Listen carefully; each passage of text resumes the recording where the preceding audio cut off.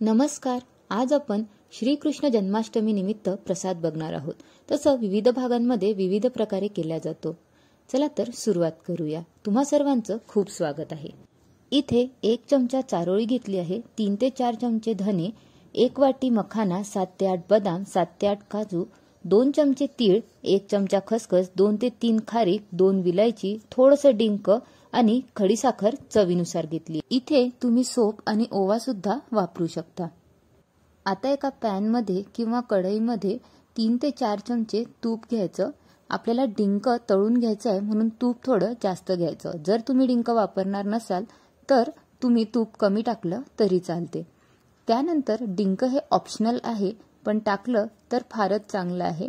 तशी थोडंसं पावसाळ्याच्या दिवसामध्ये डिंक खाणं हे चांगलंच आहे. थंडीत सुद्धा आपण डिंकाचा खूपदा वापर करतो. डिंकाचे लाडू किती पौष्टिक आहे हे सगळ्यांना माहितीच आहे.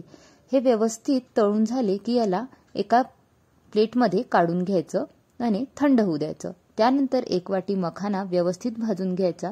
तुमच्याकडे मखाना नसेल तरी चालेल, मखाना तुम्ही स्किप सुद्धा करू शकतात, पण असेल तर ते सुद्धा पौष्टिकच आहे. त्यानंतर याच्यात थोडीशी खारीक टाकून भाजून घेऊयात. आपण प्रत्येक साहित्य वेगवेगळं भाजणार आहोत, कारण प्रत्येकाला भाजायला वेगवेगळा वेळ लागतो. आता यामध्येच थोडेसे धने आहेत, ते भाजून घ्यायचे आहेत. प्रत्येक जिन्नस भाजायला साधारण 1 ते 2 मिनिटं लागतो आणि व्यवस्थित हे भाजले गेले की याला सुद्धा प्लेटमध्ये काढून घ्यायचं. त्याचबरोबर 7 ते 8 बदाम आणि काजू सुद्धा व्यवस्थित असे भाजून घ्यायचे आहेत. तुम्हाला काजू टाकायचं नसेल तर तुम्ही स्किप करू शकतात. त्यानंतर सुंठ थोडंसं कुटून घेतलं आहे आणि यालाही भाजून घेत. तुम्ही याऐवजी सुंठ पावडर वापरू शकतात. त्यानंतर तीळ आणि थोडंसं खसखस व्यवस्थित भाजून घ्यायची. पॅन गरम असल्यामुळे तीळ पटापटच भाजल्या जातात. त्यानंतर चारोळी सुद्धा थोडीशी भाजून घ्यायची, ही ऑप्शनल आहे. खोबरं सांगायचं राहिलं होतं. इथे सुकं खोबरं थोडंसं मिक्सरला फिरवून घेतलंय आणि त्याला सुद्धा तांबूस रंगावर भाजून घ्यायचं. हे सगळे जिन्नस थंड झाले की याला मिक्सरमधून काढून घ्यायचं आहे.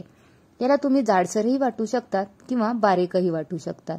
त्यानंतर तुम्हाला जेवढी आवडते त्यानुसार खडीसाखर टाका किंवा तुम्ही गुळही टाकू शकता किंवा साधी साखर. याला बारीक करून घ्यायचं आणि तयार आहे आपला सुंठवडा. हा जितका पौष्टिक आहे खायला तितका टेस्टी सुद्धा आहे. त्यामुळे या जन्माष्टमीला तुम्ही हा प्रसाद नक्की तयार करा. तुम्ही यातले कुठलेही जिन्नस कमी जास्त करू शकता. आणि जर तुम्हाला व्हिडिओ आवडला तर लाईक, शेअर आणि सबस्क्राईब नक्की करा.